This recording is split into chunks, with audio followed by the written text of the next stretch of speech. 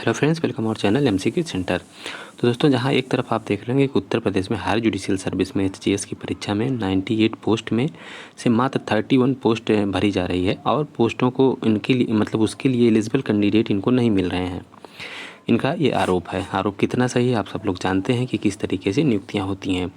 तो दोस्तों, इतने छात्र देते हैं, इतने अधिवक्ता देते हैं एग्ज़ाम, लेकिन क्या 98 भी लोग इस हाई कोर्ट में जो एचजीएस का एग्ज़ाम होता है उसके लिए क्या इतने कॉम्पिटेंट नहीं हैं कि उसको क्वालिफाई कर सकें? ये बहुत ही बड़ा प्रश्न है। ये न्यायपालिका आरोप लगाती है, हाई कोर्ट आरोप लगाता है कि हमको जितने भी कॉम्पिटेंट कैंडिडेट थे वो नहीं मिल पाए। इसके पीछे क्या वजह है, क्या नहीं है, आप सब लोग जानते हैं। लेकिन दूसरी तरफ ये देखिए कि न्यायपालिका में खुल्लम खुल्ला परिवारवाद चल रहा है। सुप्रीम कोर्ट के माननीय जो वर्तमान में चीफ जस्टिस हैं श्री यू ललित जी के प्रिय सुपुत्र Shri S U Lalit supreme court में करेंगे यूपी सरकार की पैरवी। तो आइए देखते हैं आखिर इनकी एलएलबी कब इन्होंने पूरा किया, इनका क्या है और बैकग्राउंड। यहाँ पर देखिए दिलीप मंडल आप जानते हैं, उनसे सब लोग परिचित होंगे। तो इन्होंने एक पोस्ट लिखी थी कि चीफ जस्टिस यू ललित का बेटा यानी जस्टिस यू आर ललित का पोता 2018 तक ला पढ़ता है, 2019 में थोड़ी प्रैक्टिस करता है, फिर लॉकडाउन लगता है, कोर्ट खुलने के बाद कुछ केस देख लेता है, यूपी से सीनियर एडवोकेट के पैनल में शामिल किया है। ये जज बनने की पहली सीढ़ी है। तो दोस्तों, इस तरीके का देखिए लोगों का जो ट्रोल किया जा रहा है इस तरीके से हो रहे हैं। यहाँ पर देखिए जो डिटेल इसका जो नोटिफिकेशन है जिसमें उत्तर प्रदेश सरकार ने इनको अपने यहाँ पैनल में अधिवक्ता नियुक्त किया है अपनी पैरवी करने के लिए सुप्रीम कोर्ट में। तो यहाँ पर आप देख सकते हैं कि उपयुक्त विषय यहाँ पर देखिए विषय माननीय उच्चतम न्यायालय नई दिल्ली में उत्तर प्रदेश राज्य की ओर से वादों की पैरवी हेतु राज्य विधि अधिकारियों के अवधिकरण के संबंध में उपयुक्त विषय पर मुझे यह कहने का निर्देश हुआ है कि महामहिम राज्यपाल माननीय उच्चतम न्यायालय नई दिल्ली में उत्तर प्रदेश राज्य की ओर से वादों की पैरवी या वहाँ से हेतु श्री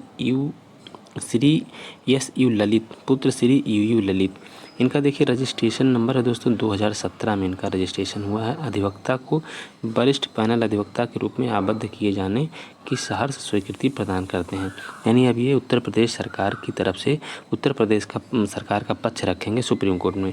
आप देख रहे हैं 2017 में इनका जो है एलएलबी इन्होंने यानी कि रजिस्ट्रेशन कराया पूरा करके। आप जानते हैं कि एचजीएस का जो एग्ज़ाम होता है उसमें मिनिमम 7 साल एक्सपीरियंस चाहिए। यहाँ पर देखिए भी इनका 5 साल भी एक्सपीरियंस नहीं है, बीच में 2 साल आप जान ही रहे हैं कि लॉकडाउन था, 2021 लगभग कोर्ट की प्रोसीडिंग लगभग ना के बराबर थी। यानी कि 2017 में ये रजिस्ट्रेशन करवाते हैं और उसके बाद देखिए 2022 में आपके सितंबर 2022 में इनको उत्तर प्रदेश सरकार यानी कि भी 7 साल की भी इनकी प्रैक्टिस नहीं हुई है, 5 साल की भी प्रैक्टिस नहीं हुई है, फिर भी इनको और वरिष्ठ अधिवक्ता के यहाँ पर देख सकते हैं वरिष्ठ अधिवक्ता के पैनल में इनको रखा गया है। तो आप इससे अंदाज़ा लगा सकते हैं कि लोग कितने रसूख वाले हैं और इनका क्या इतिहास रहा है। इनके बाबा भी जज रहे हैं। यहाँ पर देख सकते हैं ये थोड़ा सा इनकी डिटेल इनके बारे में कि यूपी की योगी सरकार ने सुप्रीम कोर्ट के चीफ जस्टिस यू ललित के बेटे श्री एस यू ललित को सर्वोच्च न्यायालय में राज्य सरकार का पक्ष रखने के लिए वरिष्ठ अधिवक्ता के पैनल में नियुक्त किया है। आगे देखिए योगी सरकार ने भारत के चीफ जस्टिस यू ललित के बेटे श्री एस यू ललित को सुप्रीम कोर्ट में राज्य सरकार का पक्ष रखने के लिए वरिष्ठ अधिवक्ता के पैनल में नियुक्त किया। इस बाबत यूपी प्रशासन की तरफ से नोटिफिकेशन जारी किया है कि हमने नोटिफिकेशन पीछे बताया आपको।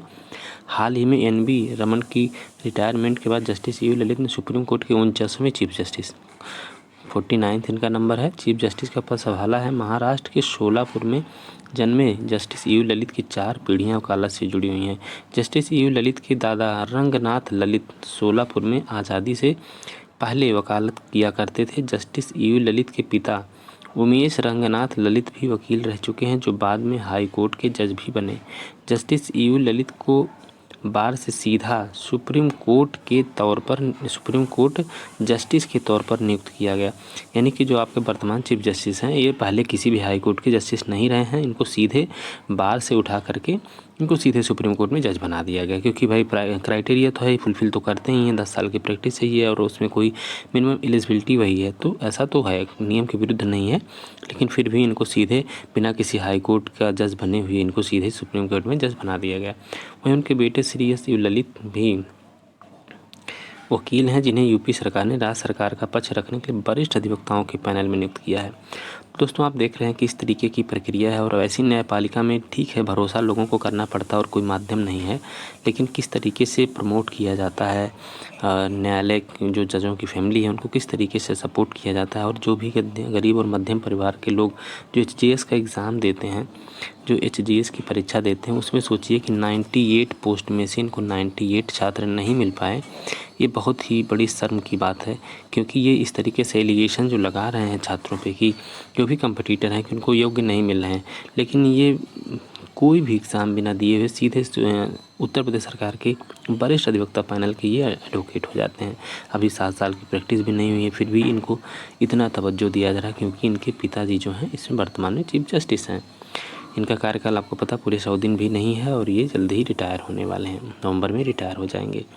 तो दोस्तों, ये रही पूरी कहानी। आप जान रहे हैं, सब लोग आँख अपना खुला रखिए किस तरीके से न्यायपालिका में हो रहा है, और आप क्या कर सकते हैं, कुछ भी नहीं कर सकते हैं, बस आप देखते रहिए। मिलते हैं किसी अगले वीडियो में। नमस्कार, धन्यवाद।